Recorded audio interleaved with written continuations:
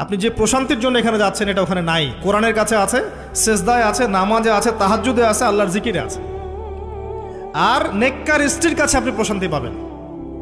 এটা আল্লাহ আপনাকে গিফট দিয়েছেন। আদম আলাইহিস সালামকে আল্লাহ পাক দিয়েছেন না? তার একাকী বোধ হচ্ছিল জান্নাতে, আল্লাহ পাক সঙ্গিনী সৃষ্টি করেছেন। এখানে আপনি প্রশান্তি পাবেন, বাকিগুলো প্রশান্তির উৎস নয়। পরে দেখা যাবে ওখানে ছ্যাঁকা খেয়ে তারপরে মাদক সেবন করবে, তারপরে মিউজিকের কাছে যাবে, তারপরে দেখবেন যে পতিতালয়ে যাচ্ছে, তারপরে হয়তো গুন্ডামি করবে, জীবনটা উচ্ছৃঙ্খল হয়ে গেল। কেউ কেউ আত্মহত্যাও করবে, কারণ হচ্ছে ওই যে শুরুতে একটা মেয়ের সাথে প্রেম করে ছ্যাঁকা খেয়েছে, ওখানে প্রশান্তি খুঁজেছে, শয়তান এদেরকে নিয়ে খেলেছে, এক পর্যায়ে দুজনের জীবন নষ্ট করে ফেলে দিল।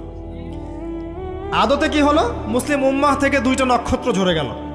হয়তো ওই যুবককে দিয়ে দিনের কোনো খেদমত হতো, এখন আর হলো না। হয়তো ওই যুবক তার যৌবনকালটা ইবাদত করে কাটাতে পারতো, আরশের ছায়া